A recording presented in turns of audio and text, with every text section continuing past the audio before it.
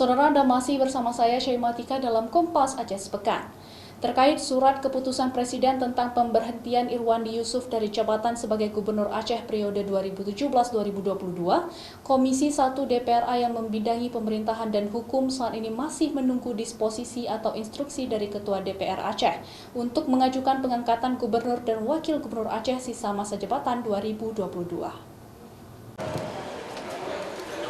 Anggota Komisi 1 DPR Aceh Bardan Sahidi mengungkapkan, pihaknya saat ini masih menunggu jadwal dari pimpinan DPR Aceh ke Badan Musyawarah DPRA untuk menindaklanjuti surat dari keputusan Presiden yang memberhentikan Irwandi Yusuf sebagai Gubernur Aceh periode 2017-2022. Nantinya akan diverifikasi oleh Sekretariat tentang pembahasan pengangkatan Gubernur dan Wakil Gubernur Aceh sisa masa jabatan 2017 sampai dengan 2020 itu dan dibahas di Komisi 1 atau di Badan Musyawarah.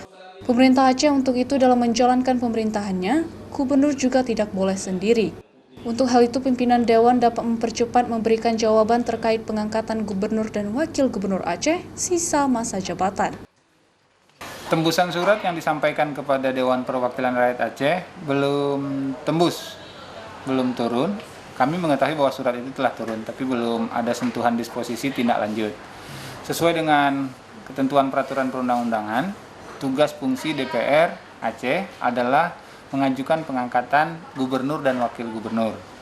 Oleh karenanya, bersamaan dengan putusan ingkrah dari pengadilan terhadap pemberhentian Saudara Irwandi Yusuf sebagai gubernur Aceh, maka mekanismenya pengangkatan wakil gubernur menjadi gubernur.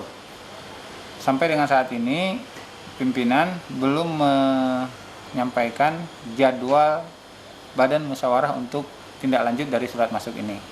Sesuai peraturan perundang-undangan, partai pengusung Irwandi Yusuf Nova Iriansyah yaitu Partai Demokrat, PDIP, PKB, Partai Nanggro Aceh, dan PDA, selanjutnya akan mengajukan 2 orang calon sebagai wakil gubernur periode sisa masa jabatan hingga tahun 2022, yang akan dipilih oleh DPRA dalam sidang paripurna istimewa DPRA.